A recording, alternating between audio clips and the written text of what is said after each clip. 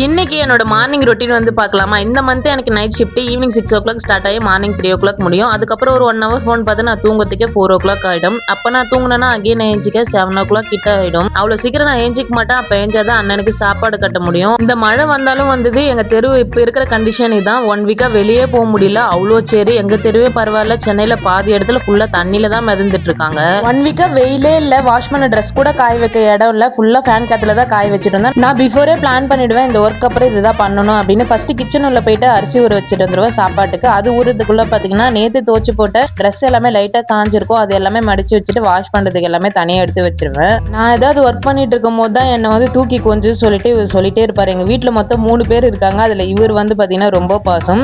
அதுக்கு நடுவுல எக்ஸசைஸ் எல்லாம் பண்ணலாம் சொல்லிட்டு இதெல்லாம் நான் வாங்கி வச்சேன். பட் இன்னும் நான் அதை பண்ணவே இல்லை.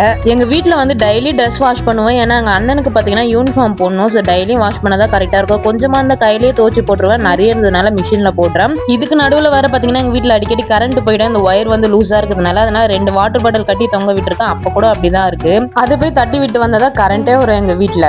எங்க அம்மாவுக்கு இங்க இருக்கிற பெரிய வேலையை இவங்க 3 பேர் பாத்துக்கிறது. அவங்க குளிக்க வைக்கிறது, சாப்பாடு கொடுக்கறது, அவங்களை எங்கன்னா வெளியே கூட்டு போது பாத்தீங்கன்னா இவங்க தான். அந்த வேலையை அவங்க கிட்ட கொடுத்துட்டு நான் சமையல் பார்க்கறதுக்காக வந்துட்டேன். 8 o'clock கிச்சன் உள்ள வந்தேன்னா எனக்கு எல்லாமே முடிச்சுட்டு வெளியே போறதுக்கே 9 o'clock ஆயிடும். இன்னைக்கு ஏதோ நாட்டு கார்த்திகை நான்வெஜ் செய்யணும்னு சொன்னாங்க. அண்ணன் கிட்ட கேட்டதுக்கு அதெல்லாம் வேணாம் சொல்லிட்டான். ஏன்னா நாங்க ஒரு லாஸ்ட் 3 months நான்வெஜ் சரியா வீட்டுல செய்யறதே கிடையாது.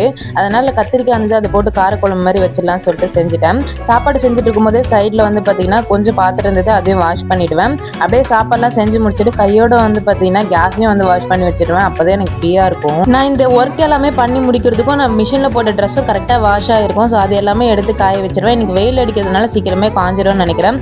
எல்லாமே முடிச்சுட்டு உட்காரும் போது எனக்கு தூக்கமே வந்துடும். எனக்கு சாப்பிடவே தோணாது. அப்படியே நான் போய் படுத்துருவேன். என்னோட டெய்லி மார்னிங் ரொட்டீன் இப்படிதான் போகும். டாடா.